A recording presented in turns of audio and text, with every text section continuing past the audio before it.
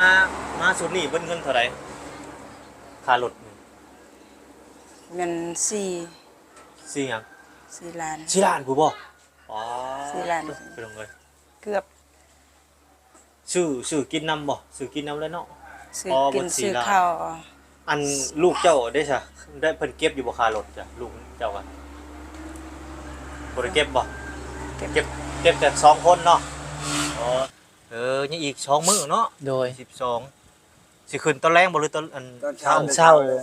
ไผพาขึ้นตอนแรง แบบว่าอันน่ะยังแห่นี่ก็ตอนเช้าเด้อ๋อแห่ตอนเช้าโดยประมาณ 6 โมงนี่แหละตะเวนออกนะโดยและเป็นไงเกี่ยมเครื่องเกี่ยมของแล้วหรือบ่หรือยังยังแน่ยังบ่โดยกำลังสิเกี่ยมนี่มียังแน่เกี่ยมเครื่องเกี่ยมของนี่ค่ะมีอันน่ะมะพร้าวแล้วก็เป็นแซงเนาะโดยมะพร้าวแล้วก็กล้วยโดย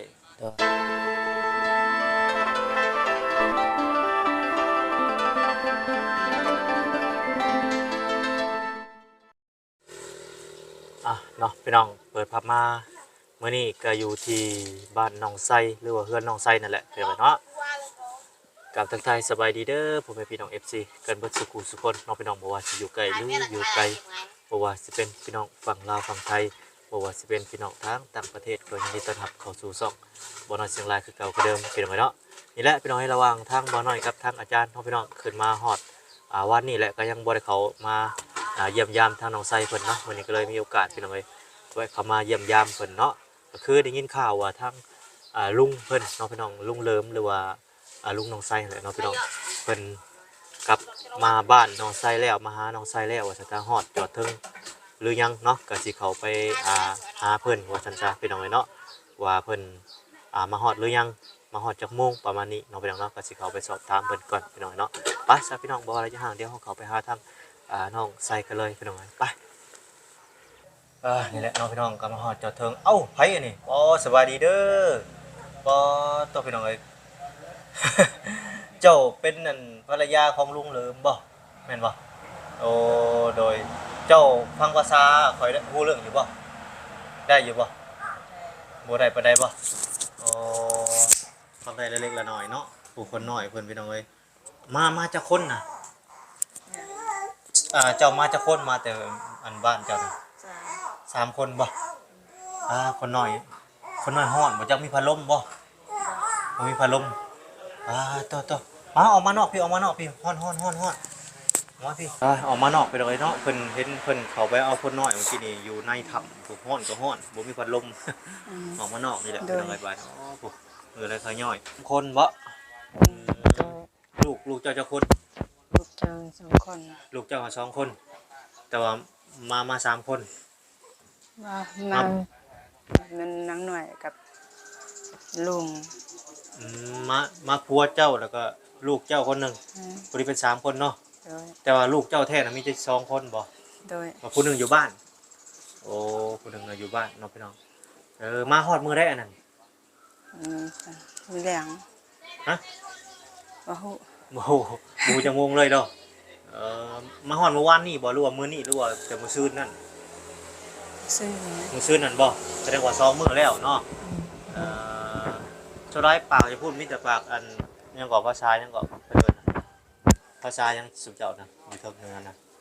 ภาษาเจ้าน่ะภาษาเว้าเจ้านะภาษายังสื่อภาษายังสื่อม่วนเด้ภาษายังก่อภาษาบ่ฮู้บ่เราเว้าภาษาเจ้าดูซะเราเว้ากินข้าวเว้าได้ใดกินข้าวเบอร์มาอยู่พี่หาใจด้วยเนาะอยู่ทางเราสูงอันนั้นบ่แม่นเราเทิงเบิ่งมาเนาะคือมาสุดนี่เบิ้เงินเท่าไหร่ค่ารถเงินหยัง4 ล้าน4 ล้านกูบ่4 ล้านไปลงเลยเกือบซื้อกินน้ำบ่ซื้อกินน้ำแล้วเนาะซื้อกินซื้อข้าวอันลูกเจ้าได้ซะได้เพิ่นเก็บอยู่บ่ค่ารถจ้ะลูกเจ้าก็บ่ได้เก็บบ่เก็บแต่2 คนเนาะ2 คนกับผัวเราหรือว่าลุงเลิมนั่นแหละพี่น้องเนาะตอนนี้ลุงเลิมเราก็ จักไปทางใดอยู่ตารางบ่ก็บ่กันเนาะจักเพิ่นไปใช้ไปเวียกจักหน่อยเพิ่นก็มาเนาะพี่น้องเนาะ โดย นี่แหละพี่น้อยเราก็มาฮอดจอดเทิงเนาะขออนุญาตถามชื่อเจ้าได้ก่อน ซื้อม่วน ชื่อม่วนอ๋อ ม่วน อายุจักปีแหละ เป็น35 โอ้35เอ้ยม่วนเนาะนั่นแหละลุงเลิมอันนี้ก็ทางเอ้ยม่วนเพิ่นก็นี่แหละพี่น้องเพิ่นก็มีลูกนํกัน2คนเนาะผู้หนึงอยู่บ้านเนาะแม่นหญิงหรือผู้ชายอยู่พุ่น มียิงคนเดียวผู้ชายคนเดียว อยู่พุ่นน่ะผู้ชายอ๋อจักปีล่ะผู้ชาย 45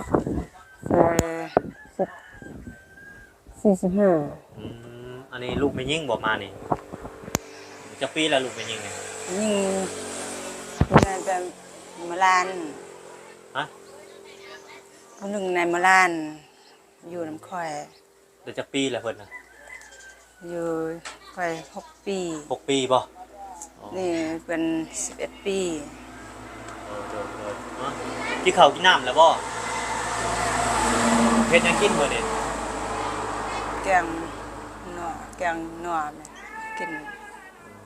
โดยเราก็ฝากภาษาลาวบ่เสียบ่ได้เนาะบ่อยู่พุ่นมีแต่เว้าภาษาเจ้าเองเนาะส่วนหลายเว้าแต่ภาษาเราเอง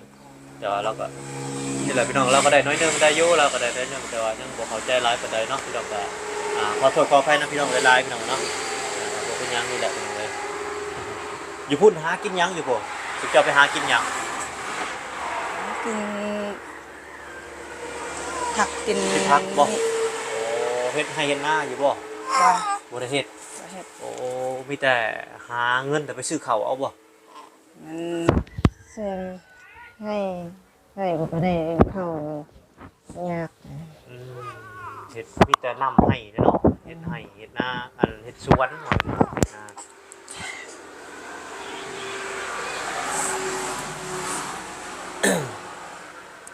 หาหมูก็ยากมันบ่ได้ เงินมางบมาค่ารถนี่4ล้านเนาะป้าเก็บเงินจักมื้อจักเดือนจักปีนี่4ล้านนี่ฮะ เงินหามาได้ใช้4ล้านนี่คือมาพี่มาพี่ ก็ได้ซื้อ ค่ารถแพงเนาะพี่น้องก็บ่มีเนาะโอ้ยยากฮ้อนหลายมันยังในกระสอบนะจะเอามาบ่ของเจ้าบ่เอามาแต่บ้านหรือ ของเรา ของเรา ฝากนะฝากมันบ่ฮับ เด้อ บ่ไปเด้อ ขึ้นเฮือนแล้วบ่สิกลับบ้านหรือว่าสิแบบมาอยู่เฮ็ดเวียกเลยบ่หรือว่าใดๆสิมาเฮ็ดเวียกเนาะอ๋อหรือว่าสิมาเฮ็ดเวียกเนาะพี่น้องเนาะ อยู่เฮ็ดเวียก อยู่พุ่นเฮ็ดเวียก บ้าน ยากบ่อยู่พุ่นหายากเวียกเนาะหาเวียกยากอยู่พุ่น อยู่บ้านเฮาหาเวียกยาก โอ้แม่นแล้ว บ่มี มันเป็นผู้อย่างเดียวเลยเนาะแม่นบ่ข้อยก็บ่เคยไปจักเทื่อดอกแต่ว่าอันได้ยินแต่เพิ่นว่าแล้วเป็นผู้เป็นพาไปหั่นนะมันเดินหาเงินยากว่าซั่นซะพี่น้องเอ้ยไกลบ่จากในเมืองไกลบ่ ไก่เอา โอ้เผื่อสิออกมามันมีทางเข้าไปอีกบ่โอ้บ้านเพิ่น แขวงเมืองทอง เข้าไปนี่ไกลเติบเนาะพี่น้องเอ้ย ไก่ ไกลแฮงไกลความเจริญเหมือนหาเงินก็ยากแล้วก็เลยว่าอาสาเก็บเงินโฮมไว้มาค่ารถจ้างค่ารถมาเฮ็ดเวียกอยู่พี่ว่าซั่นซะเนาะถ้าได้หาบ่เวียกแล้วเฮือนแล้วซ่านหมดเลยเนาะแล้วเพิ่นเฮือนบ่จังหาเวียก หมดเพื่อน เพิ่นเฮือนแล้วจังหาเวียกเนาะ เอาเวียกสอหาเวียก แม่นๆเจ้าหาเวียกมักเวียกเฮ็ดหยังเฮ็ดเจ้ามักเฮ็ดหยังเวียกนี่ อย่าเฮ็ดเวียกสุนวิทย์ ส่วนในวิกบ่อ๋อนอกจากส่วนในวิกนี่เฮ็ดหยังอยากเฮ็ดหยังแม่บ้านได้บ่มักอยู่บ่เฮ็ดแม่บ้านบ่มักเนาะหรือว่ามักเฮ็ดสวนธรรมชาตินี่บ่มักมันสมมุติว่าเพิ่นจ้างไปขุดมันนี่สิไปอยู่บ่ไปขุดมันก้นมันต้นนี่มัก ไปอยู่บ่ ผู้พอพัวมันพัวบอกน้ำหมดมาเดี๋ยวนี้ แล้วว่าเราจะปลูกไม้วิก สอกหาเวียกเตียงสอกหาเวียกเฮ็ดหมู่ไป เอาซั่นล่ะก็มีแต่ผู้แหละเนาะถ้ามื้อขึ้นเฮือนก็จะสิพบได้พ้อกันอีกใหม่เนาะพี่น้องตอนนี้ก็ทางบ่น้อยก็สิไปหาทาง สามีเพิ่นก่อนหาลุงเลิมหั่นแหละเนาะไปพูดไปคุยกับเพิ่นเพราะว่าทางทางลุงเลิมเพิ่นก็สิอาจสิเว้าเว้าลาวได้ชัดเจนเนาะแต่ว่าทางเอ้ยเพิ่นก็นี่แหละพี่น้องก็ได้ซำนี้เนาะแต่ก็บ่เป็นหยังพี่น้องเอ้ยก็คือว่าเพิ่นก็คือมาหาเพิ่นนั่นแหละเนาะก็บ่เคยเห็นเพิ่นจักเทื่อให้ถ่ายให้พ่อแม่พี่น้องผู้มาฟังนํกันว่าซั่นซะโดยเอาซะสั้นขอยไปหาทางสามีเจ้าก็เด้อโดยสบายดีเด้อสบายดีลอยลงมาบัดนี้โอ้สบายดีเด้อทางประมงคงแล้วก็ทางตู้เพิ่นแล้วก็ทางสาวดาวเนาะมื้อใดสิขึ้นเฮือนขึ้นช่องบาทนี่ 14นี่แหละ 14บ่โอ้ นี่แหละ มาฮือนี่เลยเนาะสิฮอดได้นี่ตกเปรียงเลยเนาะน้องชายไปโรงเรียนบ่ โดย อ๋อทางลุงเลิมเพิ่นไปเวียกบ่หรือเพิ่นไปไส จักอยู่เทิงเฮือนบ่ไม่ใช่ เพิ่นไปเพิ่นไปกับอันบ่าวไรเนาะ ไปใช่ เพิ่นมาเป็นจังไงก็สิพูดสิคุยกับเพิ่นเล็กๆน้อยๆนี่แหละเป็นจังไงยังอีก2มื้อเนาะ โดย 12สิขึ้นตอนแรงบ่หรือตอนอัน ตอน ตอนเช้า ค่อยพาขึ้น ตอนแรง แบบว่าอันน่ะ สาว ยัง หก แห่นี่ก็ตอนเช้าเด้ อ๋อให้ตอนเช้า โดยประมาณ6โมงนี่แหละตะเวนออกนะ โดย เด้อ แหละเป็นจังไงเกี่ยมเครื่องเกี่ยมของแล้วหรือบ่หรือยัง ยังแน่ ยังบ่ โดยกำลังสิเกียมเนี่ย มียังแน่เกี่ยมเครื่องเกี่ยมของเด้ ค่ะมีอันน่ะมะพร้าวแล้วก็ ข้าวกระแชงเนาะ โดยมะพร้าวแล้วก็กล้วย กล้วย โดย เครือ โดย อ๋อ ไก่ อ้อยยังแล้วไข่ไก่แน่ โดย ไก่8หน่วย แบบบริถือศาสนาคริสต์เนาะ โดย ทางตู้ก็บริถือได้เนาะศาสนาเนาะลาว คื เฮา อ นี่แห ศา ละ ส เนาะ นาพีนี่ ศาสนาพีเฮานี่แหละ แต่ว่าเฮาเฮ็ดได้นะศาสนาลาวเฮาก็เฮ็ดได้นะ ได้สุขวัญเลย แม่นๆ เฮาสุคัน โอ้ เป็นได้สุขวัญเลย แม่นละเฮ็ดหยังกินมื้อขึ้นเฮือนนี่ เมื่อขึ้นเฮือนว่าสิซื้อซีน สุซีนเนาะ โดยซื้อซีนอยู่ตลาด เอาเป็นซีนจองไว้แล้วเนาะ โดยบอกเพิ่นเด้ว่านั่น โดย สิซื้อนะแบบเฮาเมาเลยเพิ่นเฮ็ดนะเฮาสิเอาแบบว่า มันบ่ได้จองซื้อเบิดไว้ เบิดเราขาย เบิด เด้ ได้เบิดได้ โดยแล้วเฮาสิให้หยังเพิ่นกินมา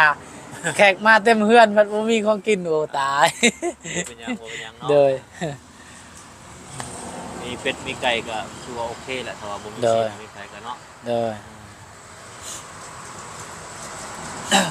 คุณและตอนเที่ยงคุณและน้องไซเพิ่นมาเนาะ โดยอันนี้จังโมงนะ10โมง11โมงยังสิมาแล้ว หมักพริกเช็ดยังนะคือหมักพริก เงินใหม่ น่าสิขึ้นเฮ็ดมา เช็ดเนี่ยได้กินหมักพริก